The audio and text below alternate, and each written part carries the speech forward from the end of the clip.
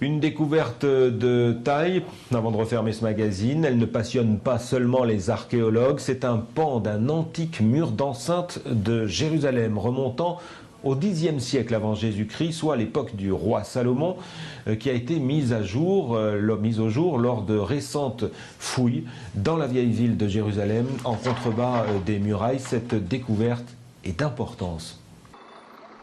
Les rois David et Salomon ont-ils gouverné la région depuis Jérusalem il y a 300 ans, soit vers la fin du Xe siècle avant Jésus-Christ?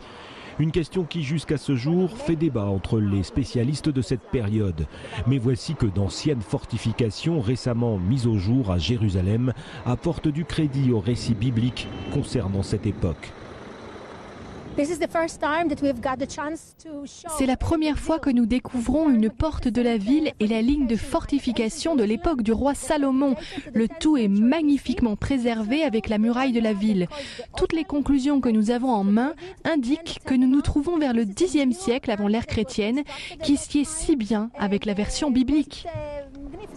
Cette muraille quasi intacte, la voici. Témoignage qu'il y avait à Jérusalem il y a 3000 ans, à l'emplacement décrit par la Bible, un régime capable de réaliser de telles constructions.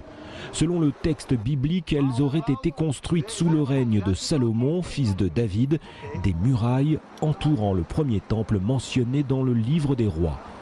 Les fortifications, qui comprennent une section de 70 mètres de long d'un ancien mur, sont situées à l'extérieur des murs actuels de la vieille ville de Jérusalem, à côté du lieu saint connu sous le nom de Mont du Temple pour les Juifs et de Noble Sanctuaire pour les musulmans.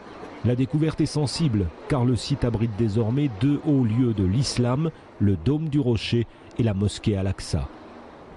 C'est la première fois que nous découvrons une porte de la ville et la ligne de fortification de l'époque du roi Salomon. Le tout est magnifiquement préservé avec la muraille de la ville. Toutes ces conclusions que nous avons en main indiquent que nous nous trouvons vers le Xe siècle avant l'ère chrétienne, qui sied si bien avec la version biblique.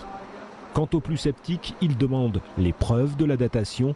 Dans quelques jours seront exhibés un grand nombre de fragments de poterie découverts sur place et que les archéologues utilisent.